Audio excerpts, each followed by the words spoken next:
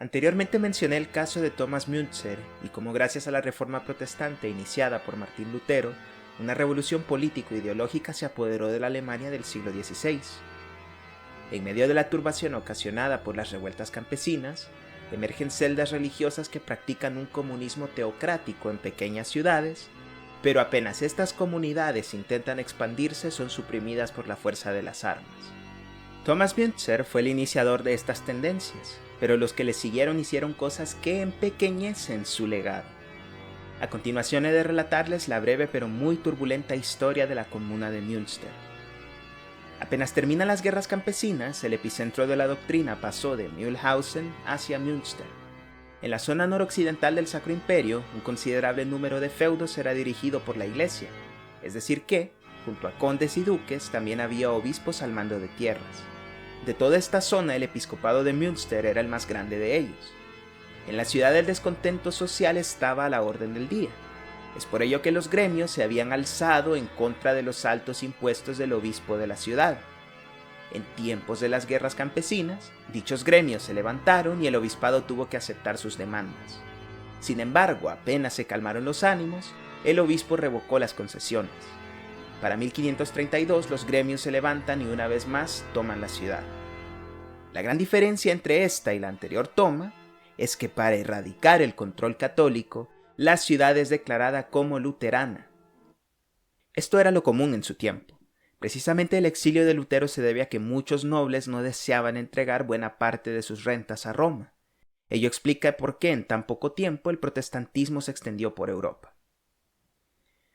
Con la conversión de la ciudad empiezan a llegar olas de anabaptistas. Los primeros líderes de estas olas abogaban por despojar a los ricos de sus excesos en favor de las masas y, como siempre, este mensaje gustaba a la gente, quien estaba sometida a la dinámica feudal.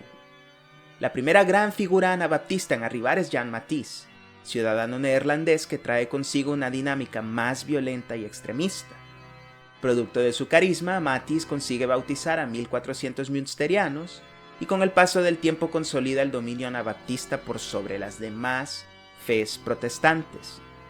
Sin tiempo que perder, Münster envía misioneros a las ciudades contiguas avisando que pronto el mundo será destruido y que solo Münster quedará en pie, ya que la misma había sido escogida como la Nueva Jerusalén. A causa de este mensaje tan incendiario, muchas personas llegaron esperando a ser salvadas. Es así como Matthys consolida una ciudad para materializar su proyecto. La primera decisión de Matthys fue desterrar a los católicos y luteranos que aún quedaban. En medio de una nevada, los pobladores tuvieron que partir, ya que de lo contrario les esperaba la muerte. Los pocos que decidieron permanecer tampoco tuvieron mejores opciones, ya que debían bautizarse en la fe anabaptista o morir. Mientras todo esto pasaba, el obispo de Münster no se quedó de brazos cruzados y reunió un ejército con el que asedió las murallas de la ciudad.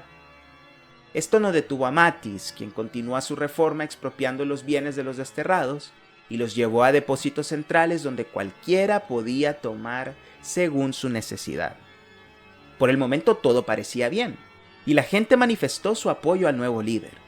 Sin embargo, no pasó mucho tiempo antes de que apareciera alguien en contra de lo logrado hasta el momento. Ese opositor fue llevado a una plaza pública, en donde a vista de muchos, el propio Matthys le atacó y despojó de su vida. Acto seguido, se dirigió al público diciendo que se debía aprender de esa ejecución, dando inicio al reino del terror. En fin, la moneda fue abolida y el alimento confiscado y racionado en comedores comunales. Para dar refugio a los nuevos migrantes se les permitió alojarse en cualquier casa, ya que todas eran posesión comunal. No importaba si uno era dueño de su casa. Cualquier desconocido podía entrar y pernoctar a su gusto. Incluso se dictaminó como ilegal que alguien tuviese una puerta cerrada. Por último, se quemaron todos los libros de la biblioteca de la catedral, dado que según su cosmovisión, un buen cristiano debía ser ignorante, ya que solo ignorantes y mugrientos tenían permitido el cielo. Henchido de orgullo, Matthys decide intentar romper el cerco del obispo y muere ingenuamente en el proceso. Puede parecer que el campeón de la fe y el engaño que mencioné en el video anterior era Jan Matthys. Sin embargo, Su discípulo, Jan van Leyden, es quien lleva ese honroso título. Habiendo muerto Mathis, Van Leyden toma el mando de la ciudad y de inmediato dejó su huella. Su primera acción fue eliminar la vieja estructura de gobierno y crear un consejo de 12 ancianos con él como su líder. El consejo tenía toda clase de potestades sobre los bienes y la gente, al punto que ordenó que los artesanos, sean herreros, carpinteros, etc., trabajaran sin sueldo alguno para atender las demandas de la ciudad. Gradualmente, Jan van Leyden cruzó las libertades individuales, ordenando que toda clase de actividad conyugal debía darse únicamente entre anabaptistas. Pero, con el tiempo declaró que la poligamia era obligatoria. El proyecto igualitario de Münster mutó a un régimen totalitario. La idea comunal dio paso al sectarismo cuando en 1534 Jan van Leyden se nombró rey y mesías de los últimos días. Para sustentar esta afirmación, se valió del testimonio de sus más cercanos seguidores, en los que se afirmaba que era heredero del rey David y que su destino era ser soberano del mundo entero. Comúnmente asociamos al Mesías como un ser humilde, pero el Mesías de Münster pronto empezó a utilizar bienes de lujo que había expropiado. Inauguró una corte con todo el protocolo debido y dio a cada cortesano más bienes de lujo confiscados. Ante los murmullos de la gente, él se justificó diciendo que como Mesías, él ya había muerto a la codicia y que todos estos bienes no significaban nada para él. Incluso dijo, y nótese la contradicción, que con el retorno de Jesús, los bienes de lujo serían para todos. ¿Acaso no era él el Mesías? ¿A qué se refiere con el retorno de Jesús? Lo que sí es innegable es que con él se acrecentó el régimen del terror y la intimidación. Astutamente no intentó romper el cerco, pero sí consiguió ingresar armas para subyugar aún más a sus súbditos münsterianos. Como el asedio no cercaba toda la ciudad, él enviaba misioneros mientras ingresaba armas. Es por ello que en toda la zona, otros poblados se levantaron haciendo la situación insostenible para los nobles quienes veían a 1 millar de anabaptistas amparados en el mensaje de Jan van Leyden, un supuesto hijo de Dios. A lo largo de todo el Sacro Imperio, se acordó brindar apoyo a un ejército que habría de hacer frente a esa amenaza. En 1535, el ejército llega a las afueras de Münster y por vez primera se hace un asedio total a la ciudad.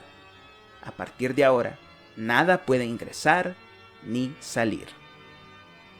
El hambre no se hizo esperar, y tanto los nobles como Van Leyden estaban dispuestos a dejar morir a la población con tal de hacer valer sus privilegios. La poca comida restante fue confiscada, y cuando ésta se agotó, se mataron caballos para seguir alimentando a la corte. Y es que Murray en Rothbard menciona que la corte nunca dejó de alimentarse mientras que el hambre se extendía a lo largo de la ciudad. En su condición de Mesías, Jan van Leyden intentó calmar a las personas, diciéndoles que según un mensaje divino, para Pascua él les salvaría. Si esto no pasaba, él mismo se dejaría quemar en la plaza pública. Cuando Pascua llegó, él les dijo que se refería a una salvación espiritual, algo muy cruel aún para esos tiempos. Incluso llegó a prometer convertir panes en adoquines, pero nada de esto sucedió. La inanición se empezaba a convertir en una amenaza real. Las promesas parecían burlas, pero ninguna fue tan humillante como cuando su rey les ordenó disfrutar de una jornada de 3 días de ejercicio para mantener los buenos ánimos. Mientras tanto, desde afuera se lanzaban panfletos en donde se indicaba que los ciudadanos de Münster serían perdonados si entregaban a Van Leyden. La respuesta de este fue más terror. Este procedió a dividir a la ciudad en 12 distritos, cada uno gobernado por un duque que disponía de 24 hombres armados. Cualquier intento de escape o de reunión fue prohibido. Las veces que alguna alma desgraciada intentaba huir, siempre terminaban en ejecución. Ejecución efectuada por el propio Van Leyden. Se llegó a un punto en el que las ejecuciones eran diarias y los cadáveres se apilaban. Para suerte de muchos, 2 hombres sí pudieron escapar, y notificaron al ejército noble cuáles eran los puntos débiles de las defensas. La pesadilla münsteriana terminó un 24 de junio de 1535, cuando el ejército profesional de los nobles ingresó a la ciudad. La milicia anabaptista intentó rendirse, pero se les dio muerte, y Jan van Leyden fue torturado hasta ser despojado de su vida. A manera de ejemplo, sus restos y los de 2 de sus colaboradores fueron colocados en jaulas sobre el campanario de la catedral. Al día de hoy, las jaulas aún son visibles. Como era de esperarse, el orden anterior fue restablecido y Münster retornó a las vías del catolicismo. Con ello termina la serie sobre las celdas comunistas de la Alemania del siglo XVI. Como podemos apreciar, ambos sucesos son el resultado de un proceso aún más grande en el que la ideología, la política y la sociedad de su tiempo cambiaban a pasos agigantados. El legado de ambos hechos fue importante, ya que ilustró el anhelo de nuevas formas de organización equitativas, no tan verticales y más participativas. Es cierto que se valieron de la fe cristiana para justificarse, pero a todas luces, como siempre ocurre en la historia, las razones eran más terrenales. Con el tiempo el testimonio de estos hechos se fue perdiendo, ya que para empezar, ningún rey o noble deseaba mostrar a sus súbditos un ejemplo tan peligroso como el de Mühlhausen o Münster. Pero no se olvidó del todo. Y el propio Friedrich Engels estudió el caso de Thomas Müntzer, y aunque la construcción marxista del término comunista no aplica del todo a lo ocurrido en aquellos años, sí sirvió como incentivo para los trabajos de numerosos intelectuales. Incluso en Alemania Oriental se creó la pintura al óleo más grande del mundo para conmemorar las guerras campesinas, y dentro de ella se encuentra Münzer como piedra angular. No podemos decir lo mismo de Jan van Leyden, quien llegó a extremos bajos aún para los estándares de su tiempo. Por ende, al menos en el caso de Münster, los estados comunistas mostraron cierta simpatía, ya que si bien su proceder fue muy individualista, demostró que los mitos que justificaban el dominio nobiliario también podían sustentar un dominio campesino. Curioso, ¿no? Esperamos que el video les haya gustado. Siempre les invitamos a dejar un like, un comentario y ayudarnos a difundir este video a más personas que aprecian la historia. Muchas gracias.